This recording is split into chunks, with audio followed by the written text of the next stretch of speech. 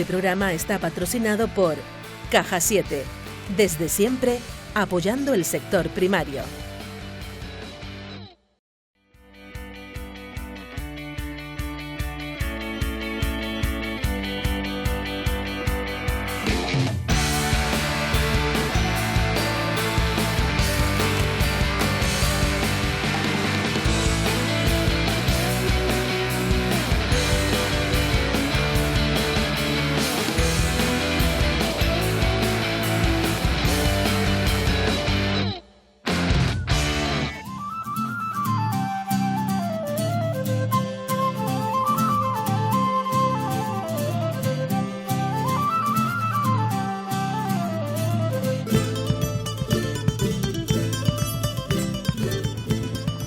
Colocar todos los huevos en el mismo cesto es peligroso.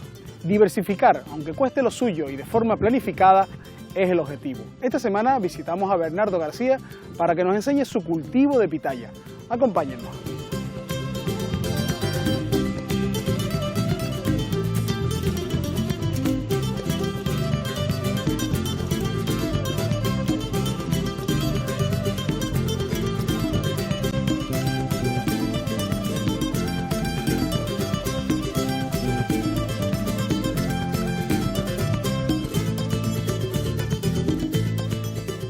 Bernardo. Hola Juanma, ¿qué tal? Bien, bien. ¿Y tú qué tal? Bien, aquí mirando un poco el cultivo, viendo las plagas y eso, que tiene una sola, pero no, comprobando. Pero hay que echarle el ojo, ¿no? Claro, porque si no, hay que lavarlo rápido con agua y jabón. Bueno, veo un colorido fantástico, un colorido un tanto particular, ¿no? Sí, la verdad que este cactus, la floración es espectacular. Es por oleadas cada 4 o 5 semanas.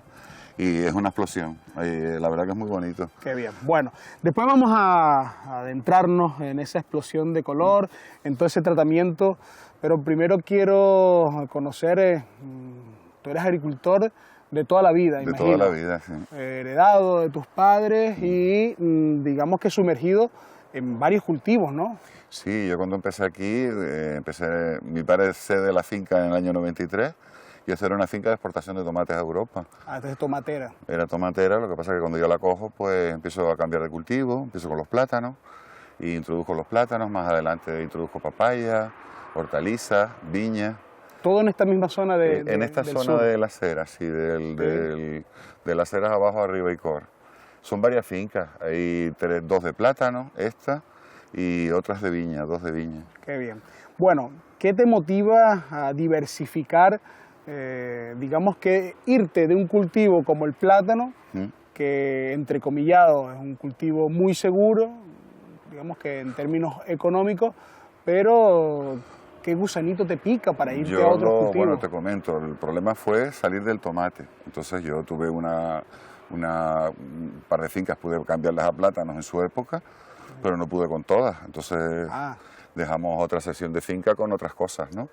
Con papayas y lo que te decía, papayas y hortalizas, y también pues buscando siempre la rentabilidad, porque por ejemplo la papaya cayó el precio del mercado y me vi que no podía seguir con ella, ¿no?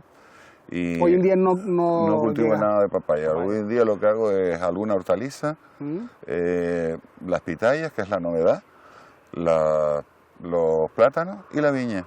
¿Viña también tiene? Sí, tenemos 2 fincas de viña, que son, una va a Cumbres Abona y la otra va a Casni, con variedades de uva de aquí de la zona.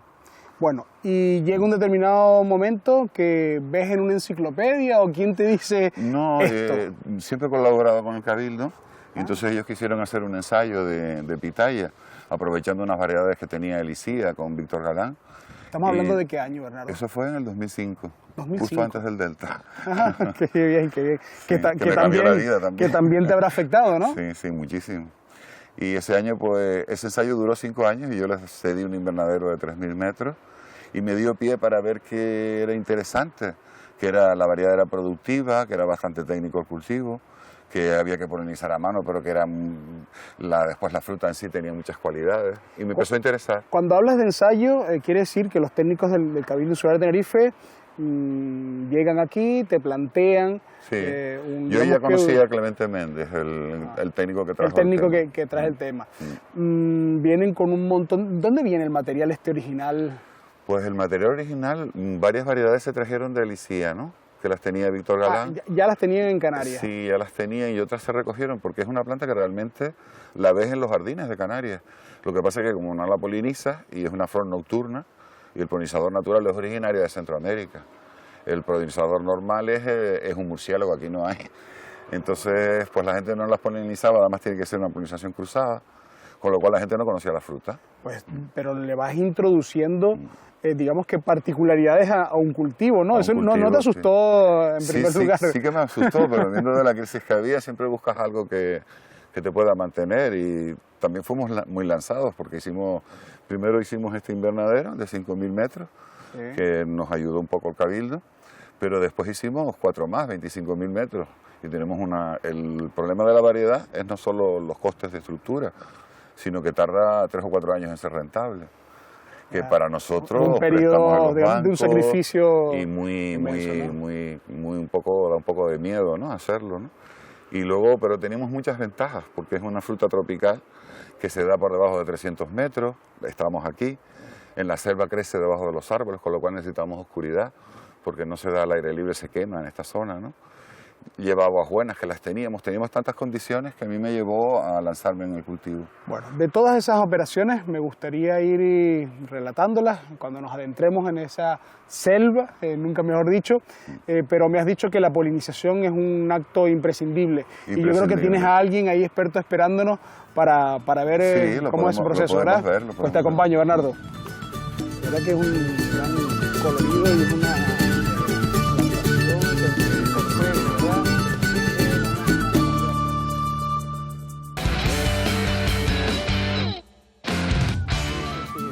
te sorprende, ¿no? El colorido, nada más empezar. Mira, aquí está Clemente, el ingeniero del Cabildo. Buenas. Hola, ¿qué tal?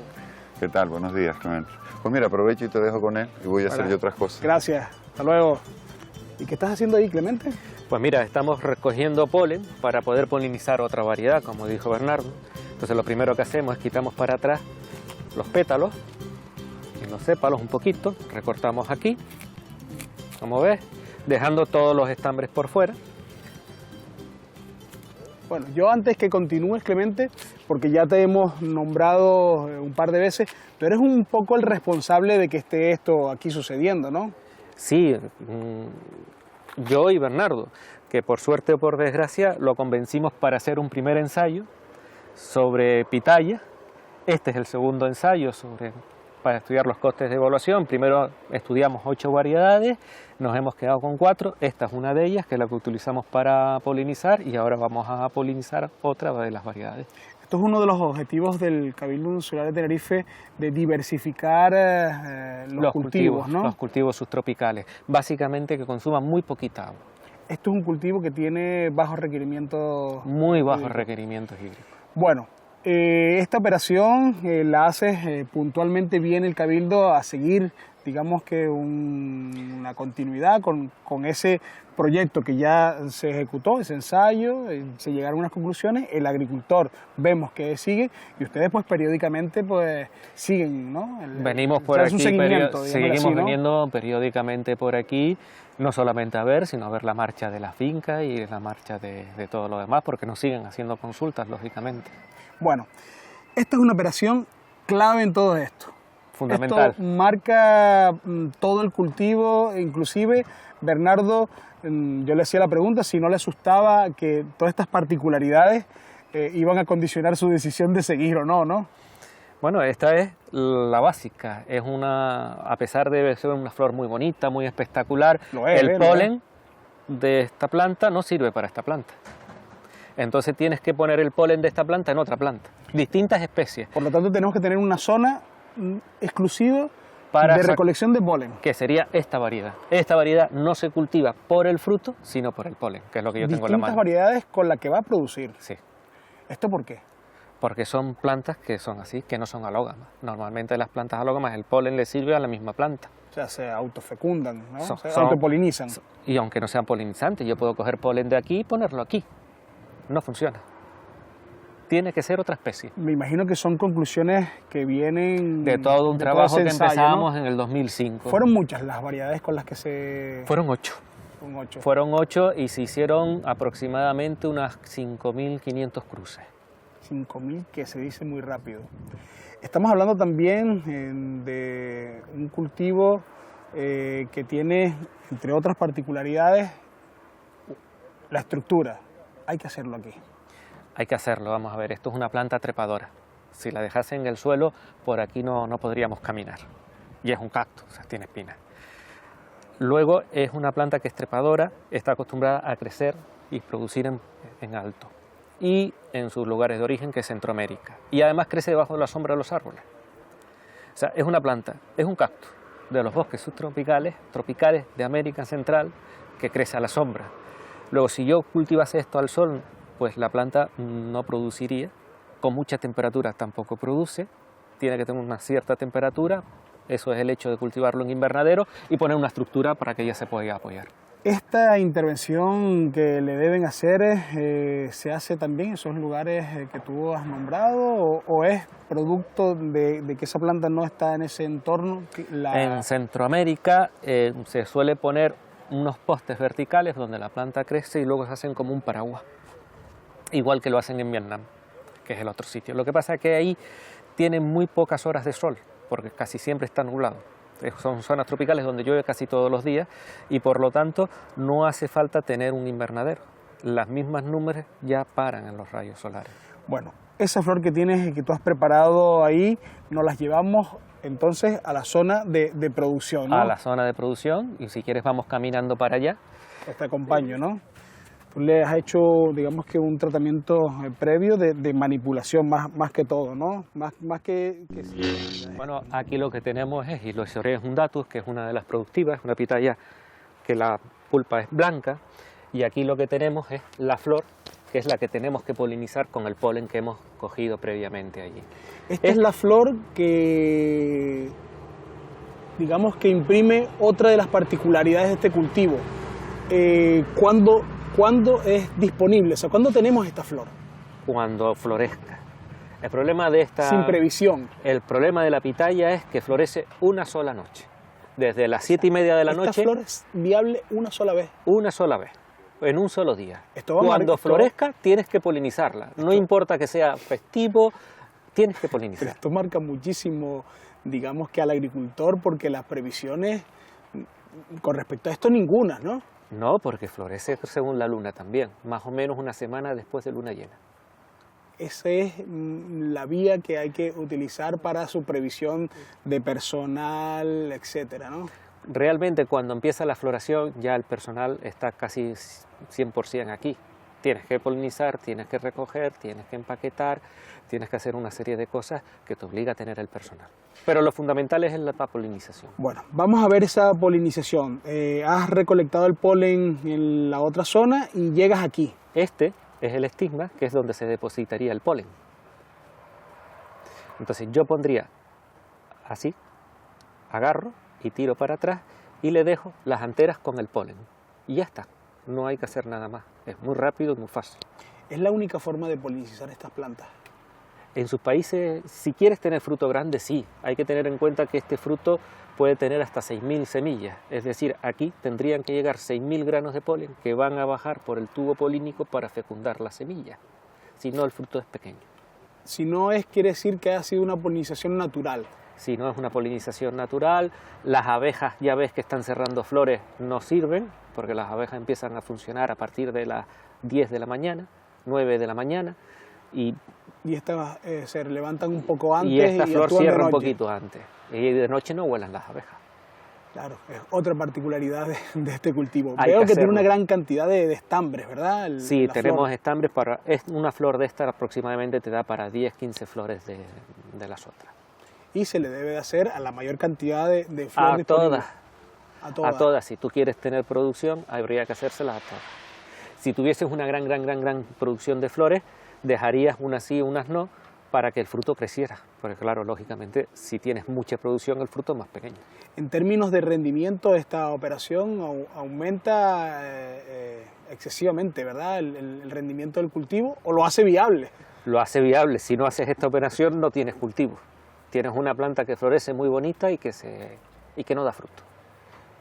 después de hacer la polinización, pues sencillamente dejarla como está, ¿no? No tiene ninguna otra operación. Nada más. Ya el fruto crecerá, que aquí vemos frutos polinizados empezando a crecer y frutos más grandes y ya casi con el tamaño definitivo. Pues nada, Clemente, yo te voy a dejar en tu, digamos que en tu faceta experimental, que van comprobando pues periódicamente esto, y voy a seguir a Bernardo a ver cómo está esa cosecha. Muchas gracias, Clemente. Muy bien, Juan Manuel. Vale. Hasta luego. Hasta luego. Yo me quedo.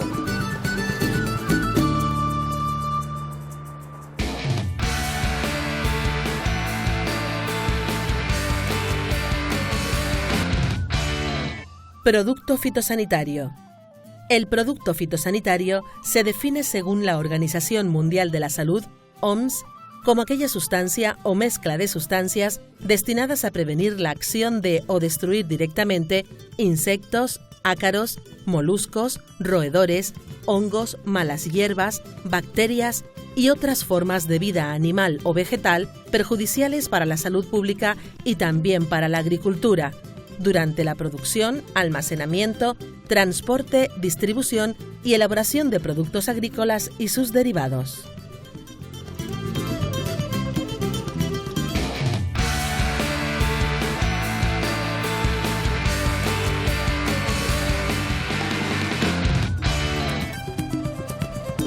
Bernardo. Hola, Juanma. Pues nuevamente por aquí. ¿Cómo te fue? Qué operación tan compleja la que efectúa, en este caso no las enseñó Clemente, pero que tiene unas particularidades. ¿Y te gustó? Sí, de verdad que sí, pero que pienso en ustedes, ¿no? Un solo día, en ese momento, se cierran aproximadamente a las 10 de la mañana por la cantidad de luz, sigue complicándose este cultivo. Sí, se complica mucho, menos mal que tenemos otros cultivos y cuando esto pide trabajo no puedes parar, no puedes dejar de polinizar, entonces paramos todos los sectores, paramos los plátanos, paramos la viña y todo el personal viene aquí a polinizar y lo mismo 45 días después a coger la fruta porque es oleada. Con lo que me hace pensar que es complicado aventurarse en un cultivo como este, ¿no? Porque gracias a que tu empresa está en otros cultivos, que tiene mano de obra en otros cultivos, puedes desplazarla en ese justo momento a esto, ¿no? Sí, es complicado de todas maneras. Además es un cultivo que empieza a recolectar o a polinizar en junio hasta diciembre, o sea que el resto del año no tienes este trabajo, con lo cual para esta fecha también tienes que contratar personas eventuales que tienes que preparar y tienen que sacar títulos de manipulación, de todo, tienen que aprender a polinizar, a cortar y al año siguiente puedes tenerlos o no. Puedes perderlo y pierdes, digamos, que esa inversión de formación. Pierdes mucha ¿no? gente buena. Vuelve a condicionarte claro. el cultivo. Bueno, hablábamos antes, nos decía Clemente, un cultivo con un requerimiento hídrico un tanto especial, ¿no? Esa es una de las cosas buenas que tiene, en el sentido de que lleva poca cantidad de agua. Cantidad. Y para esta zona de Arico, pues es interesante. ¿Y en calidad? Pero la calidad del agua sí tiene que ser buena, porque es un cultivo que viene de la selva, del origen, y entonces no puedes tener muchas sales en el agua de riego. La conductividad muy baja, la abonada es baja, y tienes que llevarlo muy controlado. Abonada, fertilización sí, ¿de qué tipo? Lleva una fertilización muy parecida a la del plátano, con equilibrios de nitrógeno, fósforo, potasa, muy parecidos a los del plátano. ¿Y digamos que en esa misma continuidad que el plátano o no? No, porque el cultivo, claro, en el periodo de invierno no tiene flores y es cuando crece, se desarrolla, ¿no? De enero a mayo. Entonces ahí tiene que desarrollar mucha hoja, lleva quizás un poco más de agua y la fertilización tiene que ser un poquito más nitrogenada, ¿no? Porque está creciendo materia verde. Cuando ya entra en el periodo de frutas, pues tiene que tener un poco más potasa, cambias digamos que las fórmulas de riego, ¿no? sí. Bueno, antes al comienzo me decías que de plagas, enfermedades, muy pocas. Sí, tiene una ventaja en cuanto a las plagas, que la única plaga sí que hace daño es el pulgón. ¿El pulgón? Sí, que curiosamente hemos intentado, porque como le llamamos muy biológico, por las propiedades que tiene la fruta, hemos intentado que sea lo más biológico posible, hemos probado mucho, no conseguimos que los predadores naturales que se usan en plátano se adapten, no se adaptan, quizás porque es un cactus, la hormiga lo controla, sabes que es la que trae el pulgón, sí. pero lo que sí hemos conseguido que lavándola con agua y jabón, lava a presión, limpiamos y también así la fruta... ¿Solo agua y presión? Sí, con bastante presión. Como tratamiento fitosanitario. Como tratamiento fitosanitario, sí. Hemos probado muchos productos biológicos, extractos de plantas y demás, pero el pulgón es malo de controlar. Entonces lo más rápido es, además tienes una ventaja, que como estamos en la costa de las Heras y hay mucha tierra, pues ya tienes la fruta medio limpia cuando va al empaquetado, que solo tienes que cepillarla, ¿no? Estamos hablando de que el mar puede ocasionar... Aquí, al estar en la punta, las mallas tienen ese problema, que depositan mucha salinidad, y entonces al caer la gota de sereno puede quemar plantas, puede quemar fruta. ¿Has tenido algún problema de ese tipo? Sí, hemos tenido algún problema de ese tipo. Y entonces por eso es tan bueno también lavar, porque estás lavando todas esas sales que tiene la planta. Controlas encima. También otro problemilla. También se está haciendo mucho en plátano, lavar la planta. Cierto. Con Ya hay jabones potásicos, mucha gente que está haciendo con agua a presión, con agua una sola determinada presión que permite eso. Pues básicamente es lo mismo. Bueno, poda. Podar esto debe ser algo complicado. Sí, es complicado porque suele ser en invierno, ¿no? Y que es cuando crece, ¿no? Entonces crece muy loca, las varas llegan al suelo, entonces aquí tienen que podar varias veces porque está, pues a podar en enero, a lo mejor en cada mes tienes que entrar. Vuelves a tirar de mano de obra que está afortunadamente en otro sitio para acondicionar esto que volvemos a decir que se puede transformar esto en una selva. Se puede transformar en una selva que no puedes pasar, ¿eh? Y luego porque no puedes permitir que haya gajos en el suelo porque la fruta se te deposita en el suelo, ¿no? Bueno, hemos hablado un poco de la fruta, después me gustaría que pues probar la fruta y que me dijese, porque me han dicho que tiene una serie de propiedades también muy interesantes. ¿Recolección de este tipo de fruto? Sí, la recolección, la verdad que es un fruto que dicen no climatérico, que no evoluciona una vez cortado. Entonces lo interesante es que tienes que cogerlo en el corte de madurez, porque si no, no tiene mucho azúcar y no... Pero a la vez se conserva bastante en cámara. No evoluciona, es que lo cortas y en ese momento lo que se queda como está. Si tú cortas un plátano verde, pasa maduro, ¿no? Claro, pero si lo tú, vemos en la bandeja nuestra de la casa, ¿no? Si tú cortas una pitaya verde, siempre mantiene mucha acidez. Ya. Nivel de azúcar dependerá de las variedades. Sí, depende de las variedades. Hay variedades que son un poquito más dulces, como la reina que llamamos nosotros, a otras que son un poquito más ácidas, lo que permite que se puedan emplear en distintas cosas, ¿no? La más ácida con una ensalada perfecta, la más dulce se usa en repostería, hay otras que se usan más en cócteles.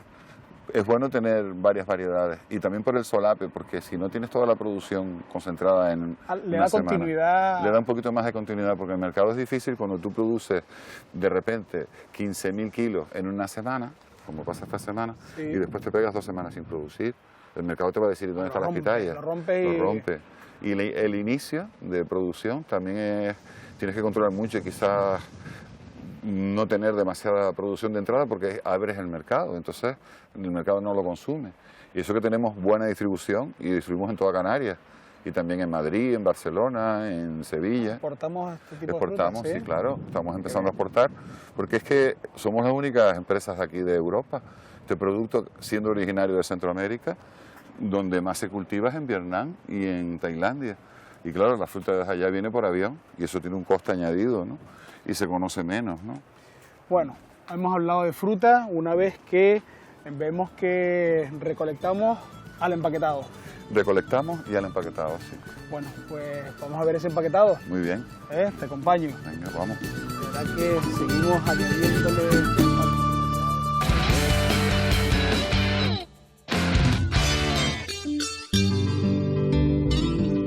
La papa local, por su variedad, calidad y sabor, es uno de los mayores tesoros culinarios de la gastronomía canaria.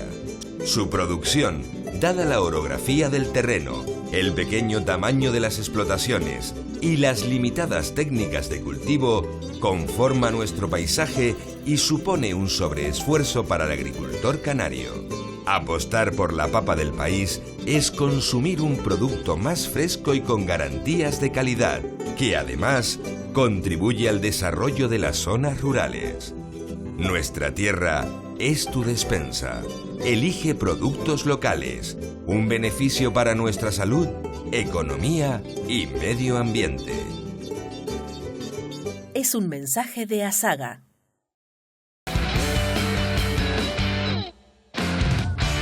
Bueno, y la fruta llega a esta instalación. Sí, una vez cortado, viene aquí, que tenemos que empaquetarla, muy manual, y pues con toda la normativa que lleva empaquetar fruta de primera calidad, ¿no? Claro. Para eso tenemos que ponernos un traje para poder entrar.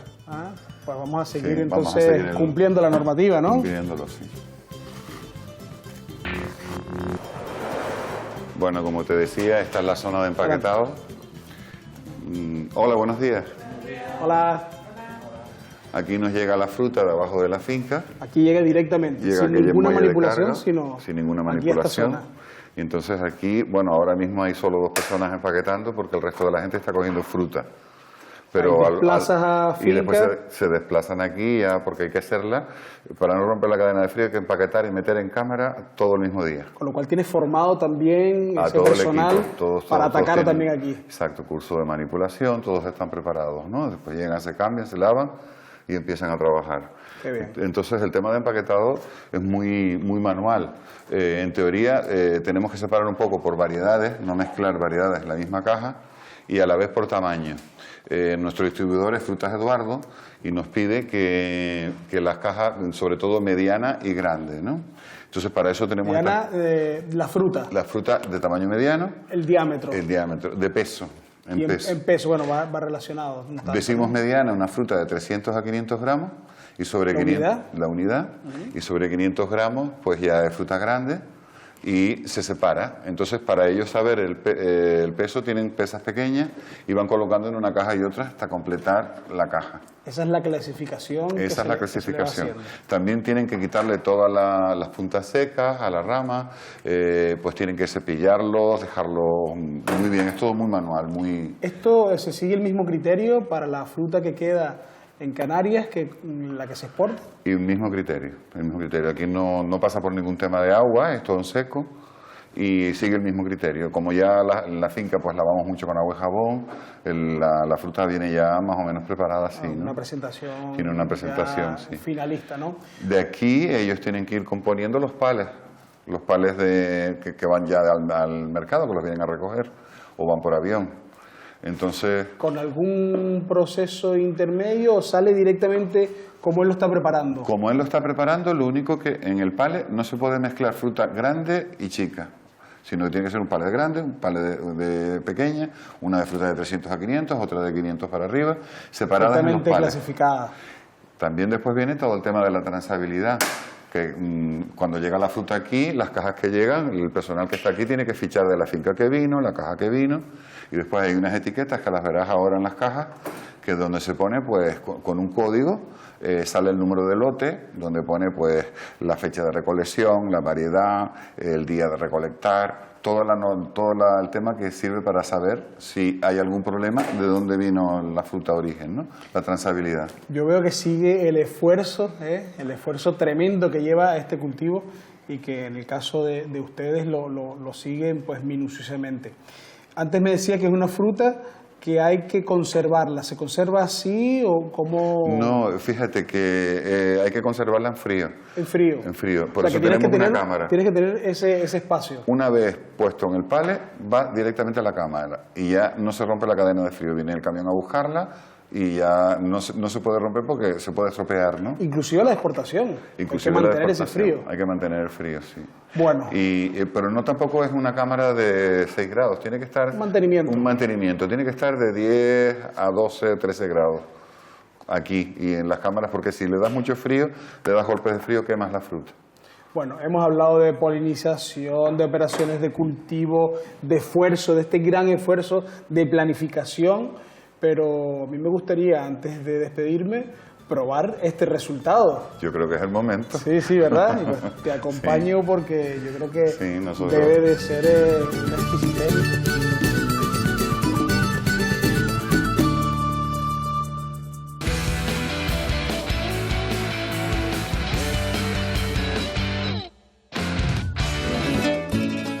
Sol puesto. Puesta de sol. La tarde recién oscurecida. Isla Baja, Tenerife. Es más, muchas labores agrarias y un buen número de conocimientos tradicionales relativos a la agricultura se explican por la existencia del sol. No solo el calor, sino también la luminosidad que aporta nuestra estrella determinan los procesos biológicos y botánicos.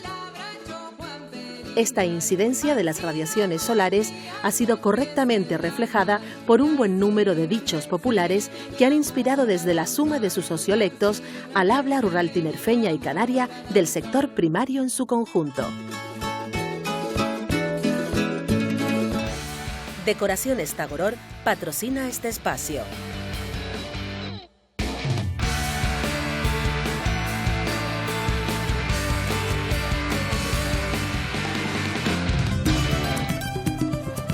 Bueno, y al final vamos a probar la pitaya, ¿no, Bernardo? Sí, Hola. Hola, Isora. Creo que es el momento. Sí, sí, sí. Y además como la corta ella, que me gusta a mí mucho. Es una forma peculiar de hacerlo, ¿no? Muy parecido a como picamos un único pico, único pico, ¿no? Sí, es lo mismo.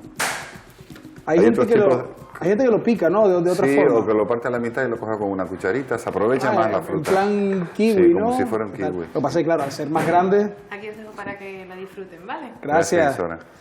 Bueno, aquí tenemos las distintas variedades que tienes tú en tu explotación. En la explotación, sí. ¿Qué son? Que son, por ejemplo, esta es la arena, reina, volcán y dragón. Cada una con sabores distintos, más o menos grados de azúcar, alrededor de 12 a 14 grados Brix. No estamos hablando de una fruta No muy excesivamente dulce, no, ¿verdad? Pero eso permite mezclarla con muchas cosas y con frutas. Y según los sabores, por ejemplo, esta que es un poco ácida, en ensalada va perfecta. Sin embargo, esta que es más dulce, que es reina también, pues es mejor para repostería. A lo mejor esta va mejor en cócteles. A los cócteles les da, los brasileños lo usan mucho porque el color es muy especial y le da es muy llamativo el cóctel. Y también se pueden hacer licores de pitaya como novedad, y la verdad es que ayuda mucho que sean distintos colores y variedades, claro, y que sea un sabor tan delicado y es exquisito, ¿no? Le da una oportunidad que la oferta sea súper amplia, ¿no? Es amplia la oferta. Hablando de oferta, cualquier persona que nos esté escuchando, viendo desde hace rato el cultivo de la pitaya, ¿cómo podemos conseguir pitaya? Pues el distribuidor nuestro, Frutas Eduardo, y la verdad que la distribuye pues por todas las islas, incluso península. Grandes superficies, en grandes superficies, supermercados. por ejemplo, sé que está en Hiperdino, en Carrefour, en Corte Inglés, en fruterías pequeñas, también se distribuye en hoteles en el sur. Tiene una buena red de distribución y la puedes ver en Lanzarote, en La Palma, en todos lados. Bueno, yo he leído antes de venir aquí y me ha parecido muy curioso la gran cantidad de propiedades que puede llegar a tener una pitaya. Pues a mí eso me llamó la atención de entrada. Cuando decidí hacer el cultivo fue uno de los factores. Pues, sí. Y también el hecho de que la intentamos sacar tan sana es porque teniendo esas cualidades es mejor no estropearlas, ¿no? Claro, ya que tienes ese valor... Y además la producimos aquí, no viene de Tailandia o Vietnam, que no sabes lo que trae. La producimos en Canarias con un montón de controles. Entonces, a mí, por ejemplo, el tema de que sea semilaxante, pues las pipitas, que es mejor masticarlas, viene muy bien para personas que tengan esos problemas. Fibra. Después viene cargada de vitaminas, tiene vitamina C, vitamina B1, B3, sí. Después también tiene cartina, que dicen que es muy buena para el corazón. Y uno de los factores más importantes es lo antioxidante que es, como casi todos los frutos rojos, para enfermedades degenerativas pues viene muy bien porque tiene antioxidantes. Y eso está probado. Está probado y... O sea que es un valor tremendo valor. Que tiene... Bueno, que todas tiene las frutas tienen, ¿no?, muchos valores, pero esta en general tiene, a mí me gusta. Incluso tengo una amiga ginecóloga que la recomienda para mujeres de parto porque también tiene mucho hierro. El hierro viene muy bien cuando las mujeres dan a luz y pierden mucha sangre. Y cosas que te van diciendo. Nosotros tenemos una página web, Pitaver, como las cajas, y en la página web también puedes conectar con el Facebook, que siempre ponemos pues la señora que hace un postre, cómo lo hace, o apuntes que se notan de algún libro de información médica o cualquier cosa que pueda servir. Me llega, por ejemplo, que es buena para los deportistas, que los carbohidratos que tienen son interesantes. Entonces, todas estas cualidades, por eso intentamos que sea sana, ¿no? Bueno, con ese mensaje nos vamos a quedar de sano. Quiero agradecerte tu tiempo, habernos abierto las puertas de tu finca, un placer, de tus invernaderos, de tu casa del empaquetado, y yo solo me resta probarla, ¿verdad? Eso sí tenemos que probarlo, ¿eh?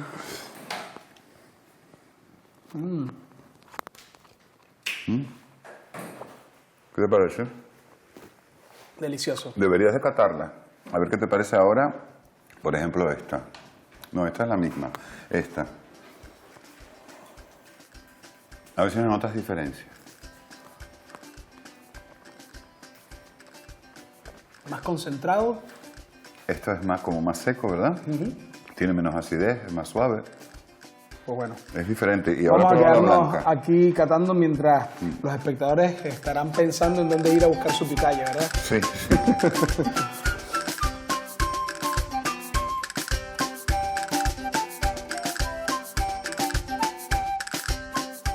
La investigación y el desarrollo, sumado al buen hacer de nuestra gente del campo, permiten intentar sumar otras oportunidades.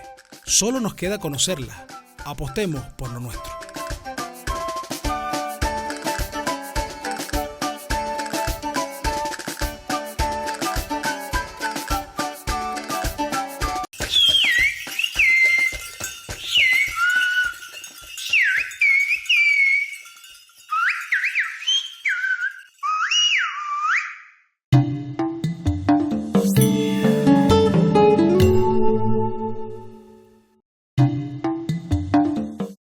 Este programa está patrocinado por Caja 7, desde siempre apoyando el sector primario.